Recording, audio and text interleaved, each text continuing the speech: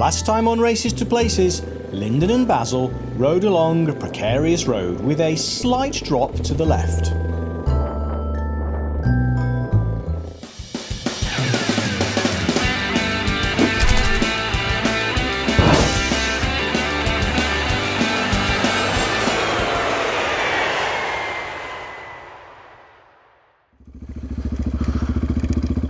It looks like we've made it to the southern tip of the South Island of New Zealand. So I'm just taking a ride down to Slope Point. This is the most southern point of the South Island of New Zealand.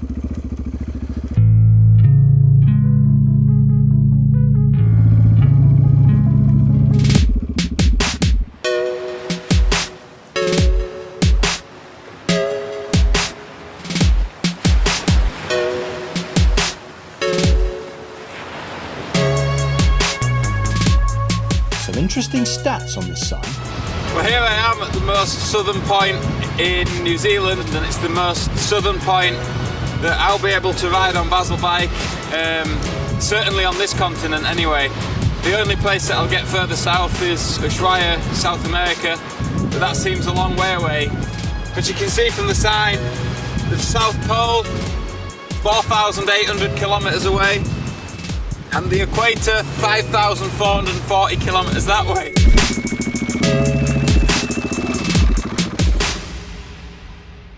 So just a quick video to show you the trees here. You can see we're on a super quiet day with hardly any wind today, but look at the trees, how they're all bent over. You can see on the southern coast here how the wind must just be ferocious from the south from time to time, and it just strips. You can see pushes all the greenery back and just leaves the bare trunk showing. Just met up with Heiko yesterday, well today, even this morning, and we're going to see the fastest Indian motorcycle, which is in Hayes hardware store. So just riding through Invercargill looking for the store.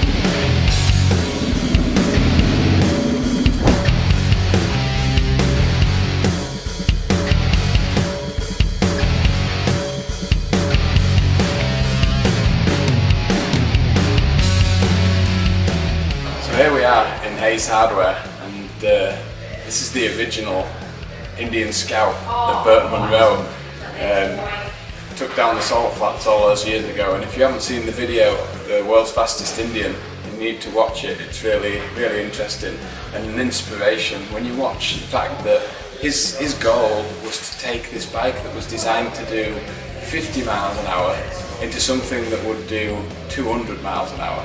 And he did that all on his own, in his garage at home. He cast his own pistons, he made his own conrods, he built the bike himself, he tested it on the sand here in the South Island, he tested it on the roads illegally. He was just a true character, and his goal was quite clear.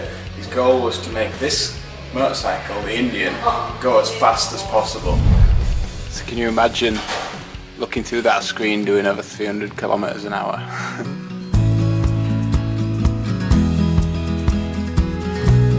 Tyres, he hand carved all the tread off the tyres to make them smooth, and the organisation told him he couldn't race because of the cracks in the tyres, so he filled them with shoe polish and polished the tyres. Amazing story. So this is the mock-up of the bodywork. You can try and get inside to see how tight it is. So I'm 6'4", and I'm guessing that Burt Munro wasn't that big. So it'll be quite interesting to see if I can actually fit inside it.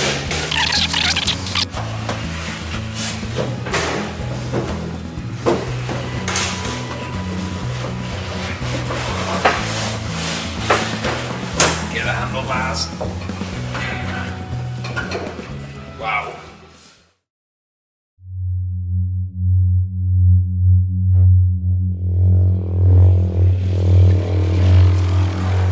I keep mentioning it recently, but I'm happy to say it again.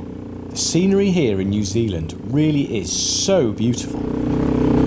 Doesn't look much, but these sharp, square edge rocks bouncing around, moving around under your tyres, just trying to accelerate and steer, really does make you work hard. Just when you want to have a good day.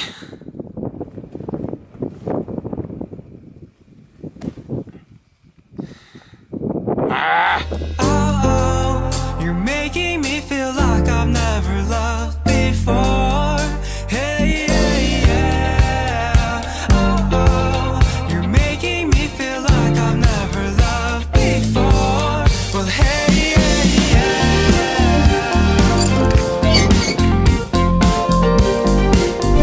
Sometimes I just put the helmet camera on because I don't want to stop, but they just look at the scenery, look at the snow on the mountains and the rocky trail. For anyone unsure what a glacier or glacier is, well, it's a slow-moving mass or river of ice formed by the accumulation and compaction of snow on mountains or near the North or South Pole. So this is the maddest thing I've ever seen. I've ridden Basil bike all the way up here to the very top of the glacier, and I'm actually above the glacier itself. You can see the glacier lake behind me with the ice flowing in it. And the craziest thing is, as I'm stood here, if I stand for long enough, I can hear rocks falling and things moving inside the glacier. That is spectacular and pretty crazy. I think that whole thing is moving, you know? It's bonkers. I've never been anywhere like this, ever. Wow.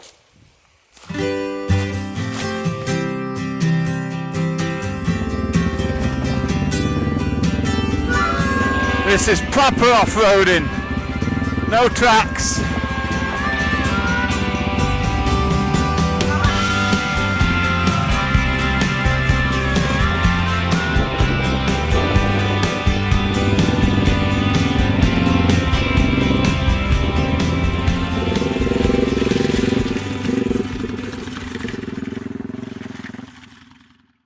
That's a proper noodle evening.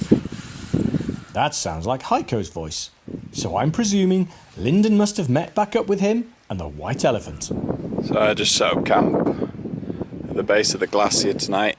Heiko shining his light so I can't see. There he is. And he's been good enough today to make dinner. So while I was clambering up the up the glacier, you was cooking dinner.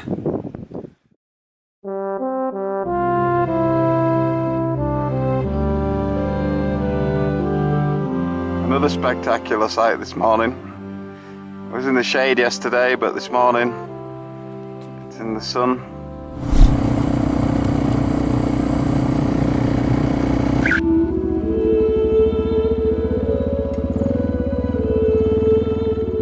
The colour of Lake Pukaki here, just amazing. It's just this awesome cyan, bright blue. Same colour as the sky.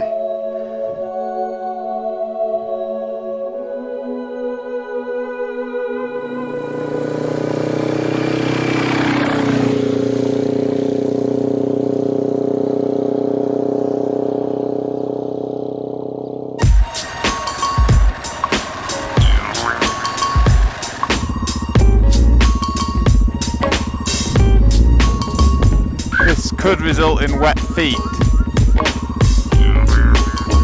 I'm tempted to go have a look how deep it is, but else I just want to go right across.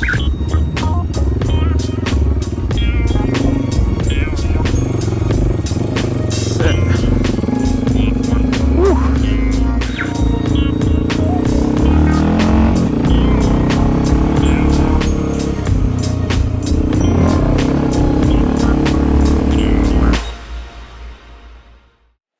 The street you can see behind me here is called Baldwin Street, and it's officially the steepest street in the world, and definitely, I imagine, the steepest paved road that I will be going on my trip around the world. It's called Baldwin Street. It's in Dunedin in South Island, New Zealand, and it's got a slope of 1 to 2.86, so about 1 in 3. I'm going to take you for a ride up and down it, maybe pull a wheelie or two, but this is it, Baldwin Street.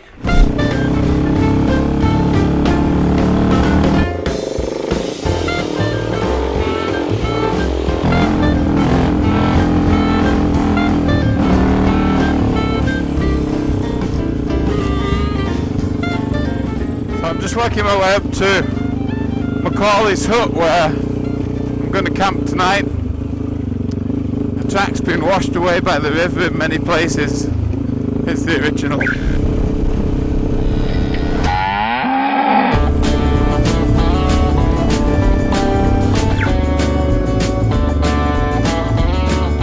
I just turned up at Macaulay's hut.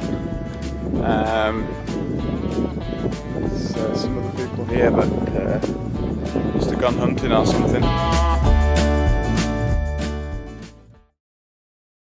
Give you a little look around inside. This super nice hut. Proper table to dine at. Kitchen.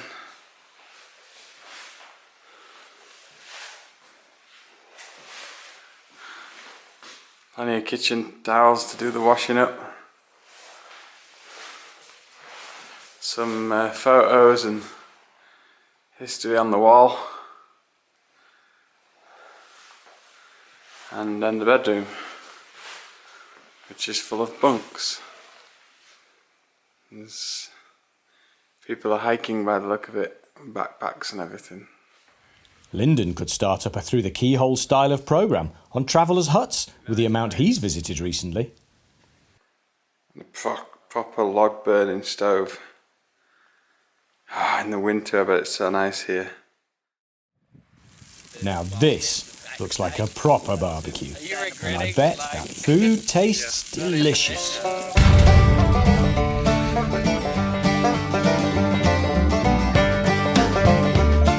And once the cooking is done, just get your motorcycle boots onto the grill to dry.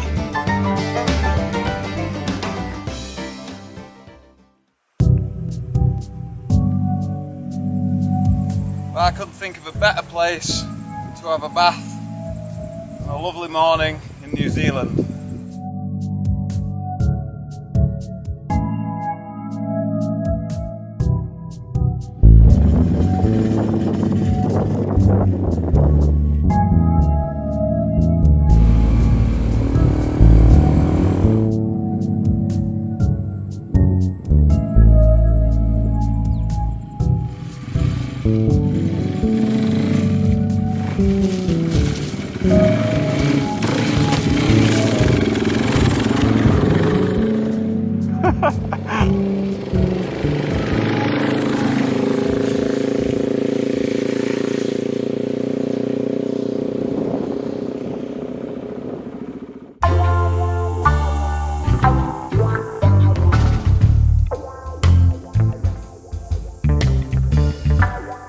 Well, this is the joys of having bald tyres, people. Trying to go up a grassy slope like this is almost impossible.